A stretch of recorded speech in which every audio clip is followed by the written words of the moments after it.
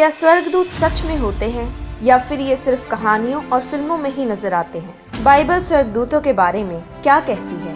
Bible बताती है कि जब जब परमेश्वर धरती पर कुछ करता है तो वो अपने स्वर्गदूतों को भेज कर करता है। हमारी प्रार्थनाओं का उत्तर, चंगाई, छुटकारा सब स्वर्गदूतों के द्वारा होता है। परमेश्वर अपने स्वर्गदूतों को आज्ञा देता है और वो परमेश्वर के वचन को इस धरती पर पूरा करते हैं।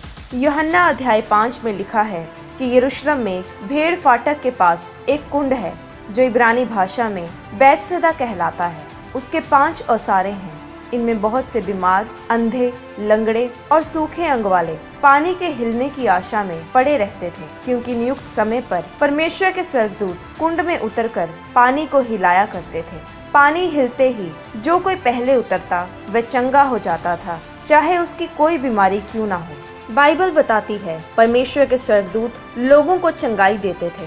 स्वर्गदूत संदेश लेकर भी आते थे। न्यायों की पुस्तक अध्याय 13 की 2 आयत में लिखा है कि दानियों के कुल का सोरावासी मानोह नामक एक पुरुष था, जिसकी पत्नी के बांझ होने के कारण कोई पुत्र न था। इस स्त्री को यहोवा के दूत ने दर्शन देकर कहा, सुन, बांझ होने के कारण तेरे बच्चा नहीं, परंतु अब तू गर्भवती होगी और तेरे बेटा होगा। इस बेटे का नाम शिमशोन रखा गया था, जिसे इंग्लिश में हम सैमसन कहते हैं। इसी तरह मरियम के पास भी स्वर्गदूत संदेश लेकर आया था कि वो पवित्र आत्मा से गर्भवती होगी और एक बेटे को जन्म देगी। और लूका अध्याय 1 की 26 आयत में लिखा है कि 6वें महीने में परमेश्वर की ओर से जिब्राइल स्वर्गदूत गलील के नासरत नगर में एक कुंवारी के पास भेजा गया, जिसकी मंगनी यूसुफ नामक दाऊद के घराने के एक पुरुष से हुई थी। और यही स्वर्गदूत मरियम को बताता है कि वो पवित्र आत्मा से गर्भवती होगी और परमेश्वर के बेटे को जन्म देगी, जिसका नाम यीशु होगा। गिनती की पुस्तक अध्याय 22 की 21 आयत में लिखा है, तब बिलाम भोर को उठा और अपनी गधी पर काठी बांधकर मोआबी हाकिमों के संग चल पड़ा, और उसके जाने के कारण परमेश्वर का कोप भड़क उठा और यहोवा का दूत उसका विरोध करने के लिए मार्ग रोक कर खड़ा हो गया। वे अपनी गधी पर सवार होकर जा रहा था और उसके संग उसके 2 सेवक भी थे, और उस गधी को यहोवा का दूत हाथ में नंगी तलवार लिए हुए मार्ग में खड़ा दिखाई पड़ा। तब गधी मार्ग छोड़कर खेत में चली गई। तब बिलाम ने गधी को मारा कि वे फिर मार्ग पर आ जाए। बाइबल ऐसी घटनाओं से भरी पड़ी है जब स्वर्गदूत लोगों को नजर आए, लोगों से बातें की, लोगों को आशीषित किया, दुष्ट लोगों को सजा दी। स्वर्गदूतों ने धर्मी लोगों की रक्षा की और दुष्ट लोगों को सजा दी। तो क्या ये सब सिर्फ बाइबल में ही भरा पड़ा है? क्या आज भी स्वर्गदूत लोगों की जिंदगियों में काम करते हैं? जी हाँ, आज भी स्वर्गदूत परमेश्वर की योजनाओं को इस धरती पर पूरा करते हैं। आज भी वो परमेश्वर के लोगों की सुरक्षा करते हैं।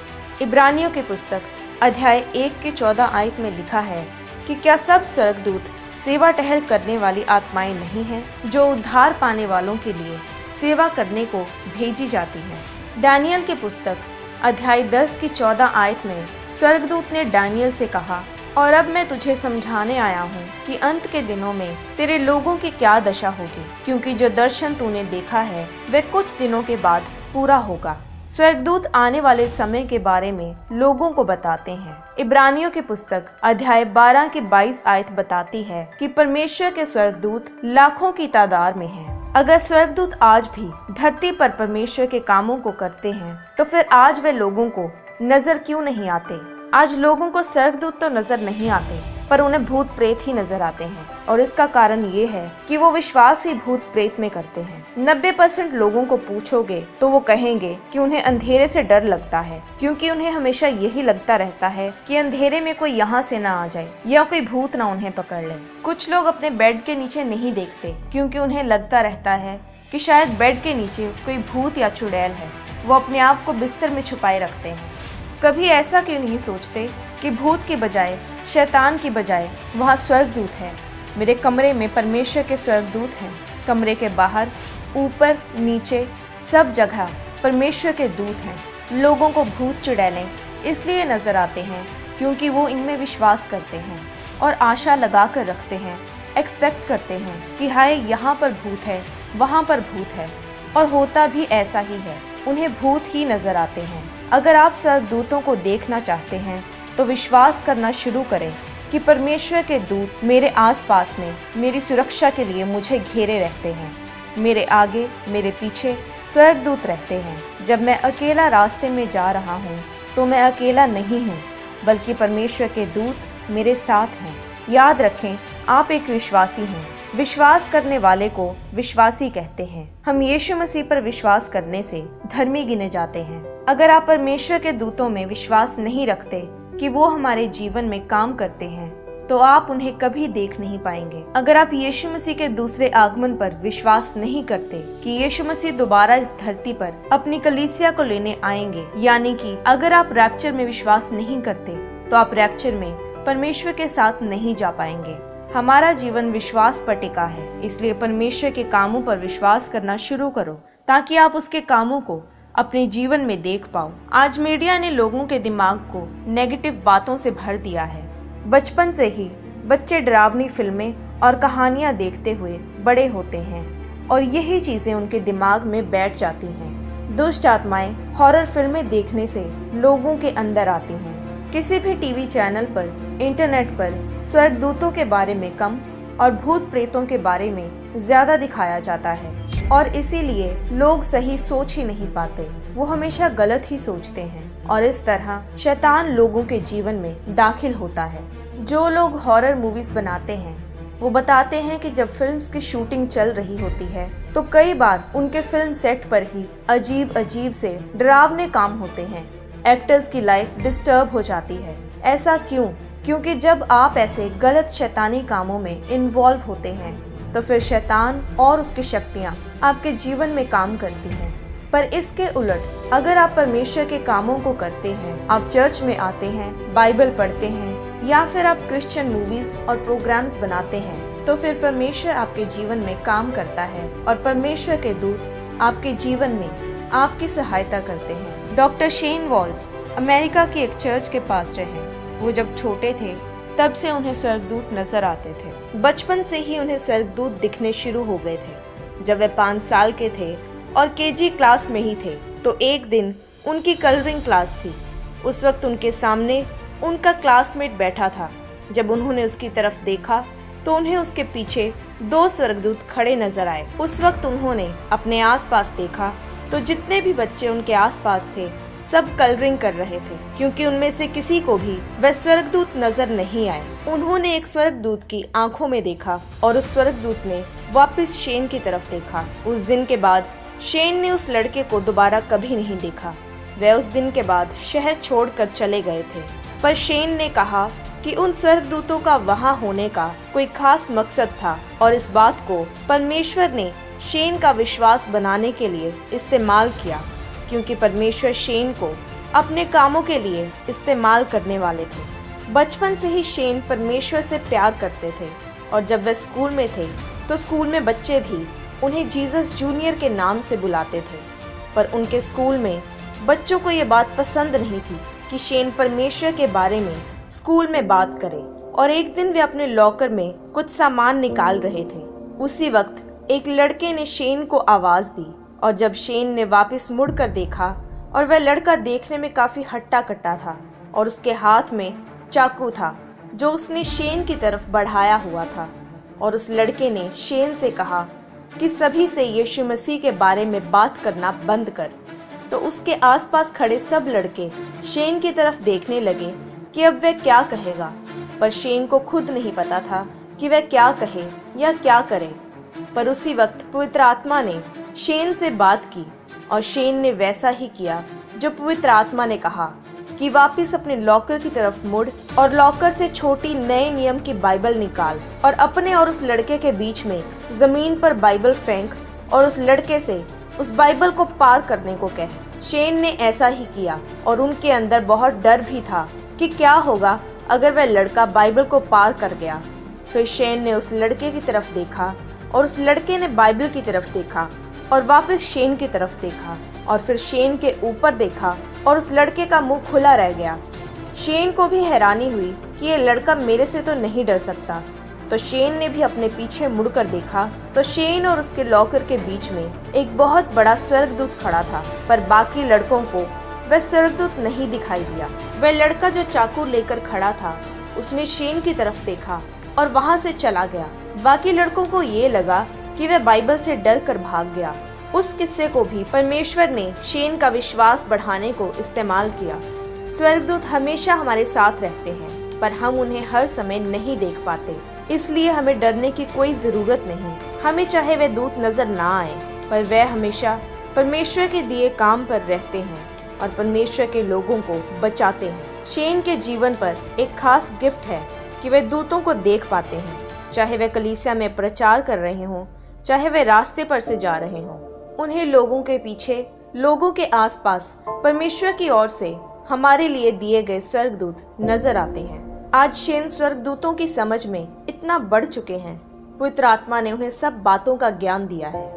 एक बार वे अपने चर्च में प्रचार कर रहे थे, तो उसी वक्त स्वर्गदूत चर्च के हॉल के लास्ट में एक लाइन में खड़े हो गए और सभी स्वर्गदूत जोर जोर से अपने पंख हिलाने लगे। शेन को इसका मतलब समझ नहीं आया और वे पवित्र आत्मा से पूछने लगे कि इसका मतलब क्या है। तो पवित्र आत्मा ने उन्हें बताया कि जब भी तुम ये होता देखो, तो उसी वक्त जो भी तुम कर रहे हो, तो उसे उसी वक्त रोक दो और आत्मा में मिनिस्ट्री करने लग जाओ। और शेन ने वैसा ही किया और उद्धार की प्रार्थना शुरू की, क्योंकि उद्धार ही सबसे बड़ा चमत्कार है। क्योंकि अगर आप उद्धार ग्रहण कर लें, तो फिर बाकी चमत्कार बहुत आसान हो जाते हैं। फिर शेन ने उन लोगों को आगे बुलाया जिन्हें प्रार्थना की जरूरत थी। तो एक औरत आगे आई और उसने अपनी समस्या बताई कि उसके शरीर में एक और गांठ है और उस कारण वे बहुत परेशान रहती है। इसलिए शेन ने उस औरत पर हाथ रखकर प्रार्थना की और उसके बाद उस औरत ने शेन को बताया कि उस प्रार्थना के बाद वह गांठ और बड़ी हो चुकी है। फिर उसने शेन को सारी बात बताई कि वह उस गांठ के कारण डॉक्टर के पास गई थी और डॉक्टर ने बायोप्सी की तो पता लगा कि उसमें कैंसर है। परमेश्वर ने उस प्रार्थना के बाद उस बहन को छुआ और जब वह गांठ बड़ी हो चुकी थी, तो परमेश्वर ने उस कैंसर वाली गांठ के आसपास एक बांध बनाकर उसे वहीं पर रोक दिया था, जो कि उस कैंसर के आसपास था, ताकि वह कैंसर और ना फैल सके। वह कैंसर वहीं रुक चुका था और उसके शरीर में और नहीं फैला। डॉक्टर ने उस औरत से पूछा कि वह कब से उस कैंसर से पीड़ित है, और जब उसने बताया कि वह कितने सालों से है, तो वह डॉक्टर हैरान हो गए और कहने लगे कि ऐसा हो ही नहीं सकता, क्योंकि अगर ऐसा होता तो वह औरत कब से मर चुकी होती। पर वह कैंसर बढ़ना बंद हो चुका था और डॉक्टर ने उस कैंसर को शरीर से निकाला और तब से वह औरत कई सालों से बिल्कुल आज़ाद है। शेन वॉल में ये काबिलियत है कि वह स्वर्गदूतों को देख पाते हैं। शेन वॉल की तरह हम भी उन स्वर्गदूतों को देख सकते हैं, उनकी प्रेजेंस को समझ सकते हैं। जैसे कि शैतानी लोग शैतानी चीज़ें और शैतान देख पाते हैं, वैसे ही परमेश्वर के लोग और बेहतर तरीके से परमेश्वर को और उसके राज्य की चीज़ों को देख सकते हैं, बल्कि शैतानी लोगों से भी ज़्यादा बेहतर तरीके से, क्योंकि हम स्वर्गीय जगहों पर हैं। जहां हम हैं वहां शैतानी लोग कभी नहीं पहुंच सकते।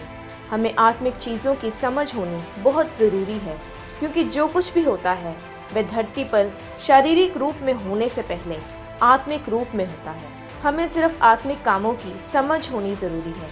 बाइबल में भी समझ शब्द 300 से भी ज़्यादा बार लिखा गया है। जो भी परमेश्वर कहता है, हमें वह आत्मिक रूप से समझने की ज़रूरत है। हम परमेश्वर की बातों को अपनी समझ से नहीं समझ सकते, क्योंकि परमेश्वर का वचन नीति वचन 3:5 में कहता है कि तू अपनी समझ का सहारा ना लेना, वरन संपूर्ण मन से यहोवा पर भरोसा रखना। परमेश्वर के वचनों और कामों को समझने के लिए जो समझ चाहिए वह परमेश्वर की ओर से ही मिल सकती है। जैसा नीति वचन 4:7 में लिखा है कि जो कुछ तू प्राप्त करे उसे प्राप्त तो कर, परंतु समझ की प्राप्ति का यत्न घटने ना पाए। पर आप ये समझ कैसे प्राप्त करते हैं? प्रभु यीशु मसीह ने मत्ती 6 में जब हमें प्रार्थना करनी सिखाई, तो उसमें कहा कि तेरा राज्य आए, तेरी मर्जी पूरी हो। यानी हमें परमेश्वर से पूछने की ज़रूरत है कि परमेश्वर, ये सिचुएशन, ये हालात है, आप कैसे चाहते हैं कि मैं इस हालात को संभालूं? इस सिचुएशन को लेकर आपकी समझ क्या है? मैं वो देखना चाहता हूँ जो आप देखते हैं। जब हम परमेश्वर की समझ के मुताबिक चलते हैं, तो हम उसकी मर्जी पूरी करते हैं। बाइबल के मुताबिक हमें परमेश्वर से पूछने की ज़रूरत नहीं है कि परमेश्वर, क्या तू मुझे समझ देगा? पर जितनों ने भी परमेश्वर से समझ ली, उन्होंने परमेश्वर से सीधा मांगा, जैसा भजन संहिता 119 की 34 आयत में लिखा है कि मुझे समझ दे, तब मैं तेरी व्यवस्था को पकड़े रहूंगा और पूर्ण मन से उस पर चलूंगा, क्योंकि जब तक समझ ना होगी मैं व्यवस्था पर भी ना चल सकूंगा, मैं अगुवाई भी नहीं कर सकूंगा, सेवकाई भी नहीं कर सकूंगा। अगर आपके पास ये समझ नहीं है तो आपकी शादीशुदा जिंदगी सफल नहीं हो सकती, आप अपने परिवार में खुश नहीं रह सकते, ना ही आपका कारोबार तरक्की कर सकता है जब तक कि आप परमेश्वर की समझ को ग्रहण नहीं करते, क्योंकि ये समझ ही सफलता की चाबी है। हम अपनी दुनियावी समझ से चलकर ये सोचते हैं कि शायद हम परमेश्वर की आत्मिक समझ में चल रहे हैं, पर असल में हमारी समझ बहुत छोटी है, पर परमेश्वर की समझ की कोई सीमा नहीं है। तो हमें अपनी छोटी समझ से नहीं बल्कि वह परमेश्वर की बड़ी समझ के मुताबिक चलना चाहिए। इसलिए जब भी आप प्रार्थना करें तो परमेश्वर से उसकी समझ को जरूर मांगें, ताकि आप अपने जीवन में जो कुछ भी हो रहा है उसमें परमेश्वर की असली मर्जी को समझ पाएं और उसकी आशीषों को अपने जीवन में हासिल कर पाएं।